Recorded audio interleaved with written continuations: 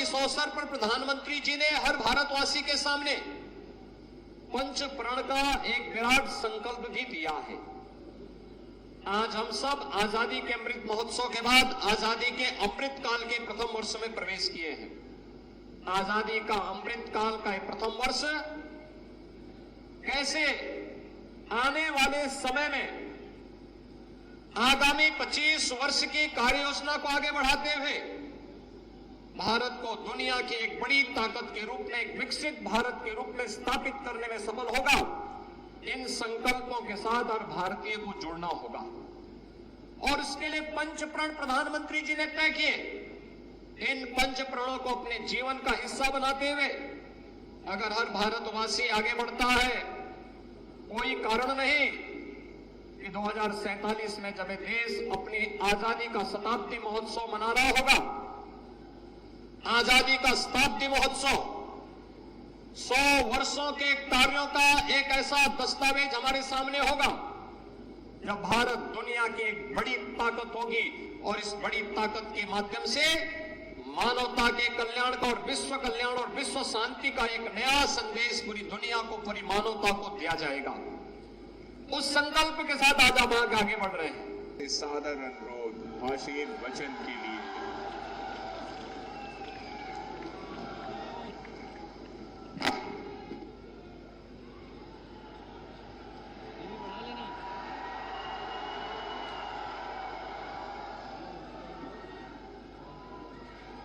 आजादी के अमृत महोत्सव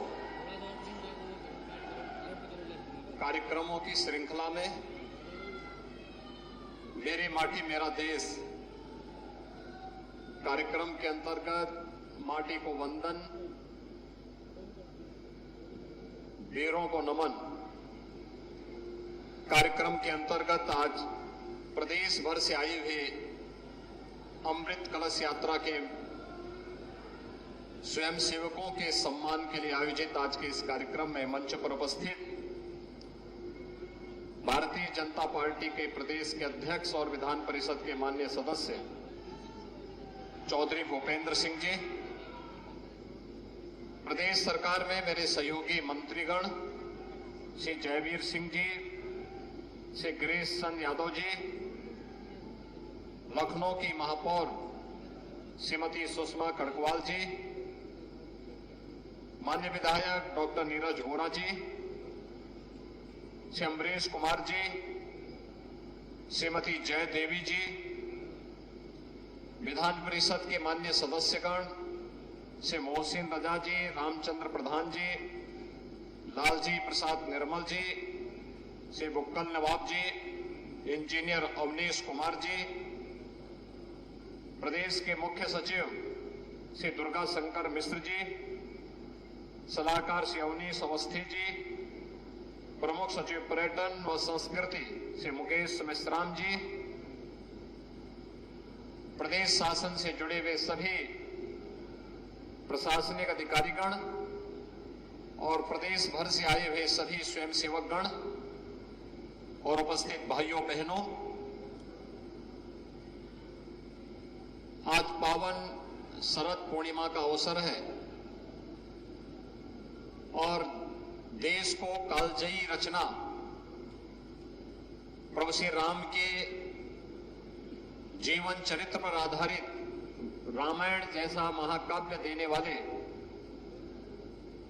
दुनिया का आदि काव्य रामायण की रचयिता महर्षि वाल्मीकि की पावन जयंती भी है। इस अवसर पर हम इस अमृत वाटिका में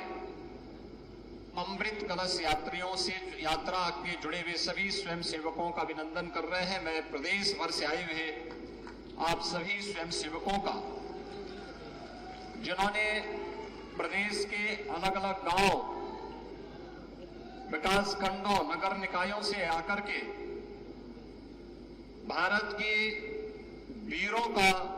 वंदन करते हुए माटी को नमन किया है और उस कलश यात्रा के साथ आज आप दिल्ली के लिए कल प्रस्थान करेंगे। राजधानी लखनऊ में आगमन पर मैं आपका हृदय से स्वागत करता हूं, अभिनंदन करता हूं। भाइयों बहनों, हम सब जानते हैं कि पहली बार पूरा देश राष्ट्रीय आयोजनों में एकजुट होकर के कैसे उन आंदोलनों का हिस्सा बनता है, उस अभियान का हिस्सा बनता है। आजादी का अमृत महोत्सव उसका एक महत्वपूर्ण आयोजन रहा है। हम में से किसी भी व्यक्ति ने 1947 में जब 15 अगस्त को देश आजाद हुआ था वह दिन नहीं देखा होगा, या जिसने देखा होगा उसको स्मरण नहीं होगा। जिसको स्मरण में होगा तो उन कार्यक्रमों में भागीदार नहीं बना होगा, क्योंकि एक और देश की आजादी थी, दूसरी ओर विभाजन की त्रासदी थी। लेकिन पहली बार हुआ जब हर घर तिरंगा के माध्यम से प्रधानमंत्री मोदी जी ने पूरे देश को आजादी के अमृत महोत्सव कार्यक्रम के साथ जोड़ने का एक अभिनव पहल की और सफलतम आयोजन के साथ भारत के हर घर में भारत के आन मान और शान का प्रतीक तिरंगा लहराता हुआ दिखाई दिया। इस अवसर पर भारत के सभी अमर शहीदों को स्मरण करने का एक अवसर भी अलग अलग कार्यक्रमों के माध्यम से प्रत्येक गांव, प्रत्येक नगर, प्रत्येक जनपद में स्मारकों को सुदृढ़ीकरण करने, उनके सुंदरीकरण करने, वहां पर नमन करने का एक अवसर भी हर भारतवासी के मन में, हर भारतवासी के साथ अमृत महोत्सव के कार्यक्रम ने जोड़ा। लेकिन अमृत महोत्सव के कार्यक्रम की शुरुआत आदरणीय प्रधानमंत्री जी ने साबरमती के तट पर 21 मार्च 2021 को जो प्रारंभ किया, 15 अगस्त 2023 को उसका एक विराट स्वरूप हम सबके सामने देखने को मिला। और अब गांव-गांव से, हर विकास खंड से, हर नगर निकाय से अमृत कलश में मातृभूमि के प्रति श्रद्धा और समर्पण का भाव व्यक्त करते हुए, कृतज्ञता का भाव व्यक्त करते हुए एक और वीरों का नमन है, दूसरी ओर माटी का वंदन है। और इन सब को लेकर के अब एक कलश यात्री देश की राजधानी दिल्ली के लिए प्रस्थान किए हैं। आज राजधानी लखनऊ में आप सब प्रदेश के सभी 75 जनपदों से, 826 विकास खंडों से आप सब आज 762 जो हमारे नगर निकाय हैं वहां से होते हुए यहां पर पहुंचे हैं। मैं इस अवसर पर प्रदेश शासन की ओर से आप सबका हृदय से स्वागत करता हूं, अभिनंदन करता हूं। इस अवसर पर अनेक कार्यक्रमों के साथ हमें जुड़ने का अवसर प्राप्त हुआ। खासतौर पर चौरी चौरा शताब्दी महोत्सव का कार्यक्रम, काकोरी ट्रेन एक्शन का कार्यक्रम, बटेश्वर में श्री अटल बिहारी वाजपेयी जी की पावन जन्मभूमि के आयोजन से जुड़े हुए कार्यक्रम और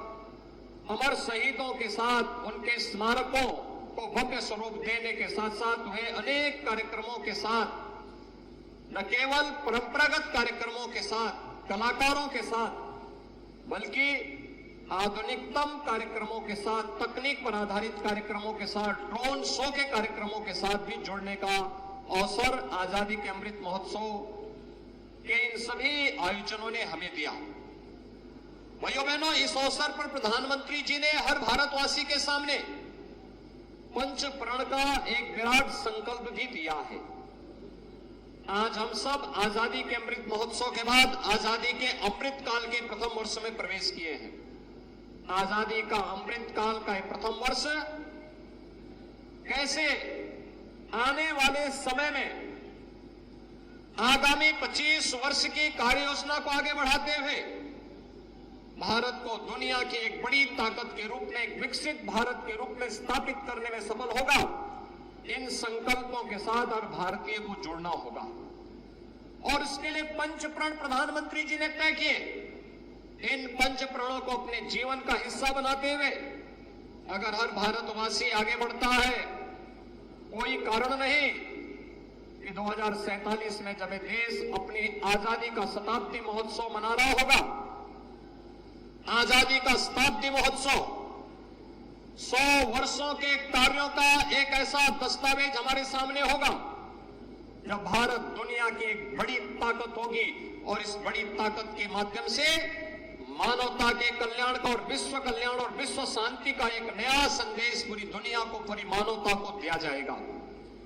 उस संकल्प के साथ आज हम आगे बढ़ रहे हैं। ऐसा नहीं कि आजादी के अमृत महोत्सव में हम लोगों ने कुछ नए कार्यक्रमों के साथ और नई उपलब्धियां हमें न प्राप्त हुई हो। आजादी का अमृत महोत्सव का कार्यक्रम जब देश अपनी आजादी के 75 वर्ष पूरा किया तब भारत उस ब्रिटेन को पछाड़ करके, जिस ब्रिटेन ने लगभग 200 वर्षों तक भारत में शासन किया था, उसे पछाड़ करके भारत दुनिया की 5वीं बड़ी अर्थव्यवस्था बना दी। जब भारत अपनी आजादी का अमृत महोत्सव मना रहा था तब दुनिया के 20 बड़े देशों के वे समूह जिनका दुनिया में, दुनिया की अर्थव्यवस्था पर, दुनिया के ट्रेड पर, दुनिया की इकोनॉमी पर जिनका एक अधिकार है, G20 के उस समूह की अध्यक्षता करने का अवसर भी भारत को प्राप्त हुआ। और अभी आपने देखा होगा प्रधानमंत्री जी के नेतृत्व में दिल्ली में आयोजित G20 के समिट ने दुनिया के 40 देशों के राष्ट्राध्यक्षों की उपस्थिति में भारत की ताकत का एहसास दुनिया ने किया। आज दुनिया का भारत के प्रति नजरिया बदला है। भारत आज एक संकट मोचक के रूप में जाना जा रहा है। दुनिया के अंदर जहां कहीं भी संकट आता है, भारत और प्रधानमंत्री मोदी जी की ओर लोग निगाहें लगाकर देखते हैं, आशा भरी निगाहें उठती हैं कि मोदी जी के नेतृत्व में कुछ रास्ता निकलेगा, एक राह निकलेगी शांति की, सौहार्द की, कल्याण की। और उस मार्ग को प्रशस्त करने के लिए 142 करोड़ लोग अगर संकल्पित होकर के प्रधानमंत्री मोदी जी के नेतृत्व में कार्य करना प्रारंभ करेंगे, कोई कारण नहीं आने वाला कल भारत का होगा और 2047 में भारत दुनिया की बड़ी ताकत बनकर के दुनिया को मार्गदर्शन और नेतृत्व देने की स्थिति में होगा। इस संकल्प के साथ इस कलश यात्रा को हम लोग उत्तर प्रदेश से पूरी भव्यता के साथ, पूरी गरिमा और गौरव के साथ, पूरे अनुशासन के साथ लेकर के जाएंगे। अपनी माटी के वंदन के साथ साथ वीरों के नमन के इन कार्यक्रमों के साथ हम जुड़ेंगे। इस विश्वास के साथ मैं आप सभी प्रदेश भर से आए हुए स्वयं सेवकों को, कलश यात्रियों का प्रदेश की राजधानी लखनऊ में एक बार फिर से अभिनंदन करता हूं, स्वागत करता हूं और विश्वास व्यक्त करता हूं कि उत्तर प्रदेश का योग्य नेतृत्व आप सबके साथ दिल्ली में इस कलश यात्रा के साथ जाकर के इस गौरवमयी उपस्थिति के माध्यम से उत्तर प्रदेश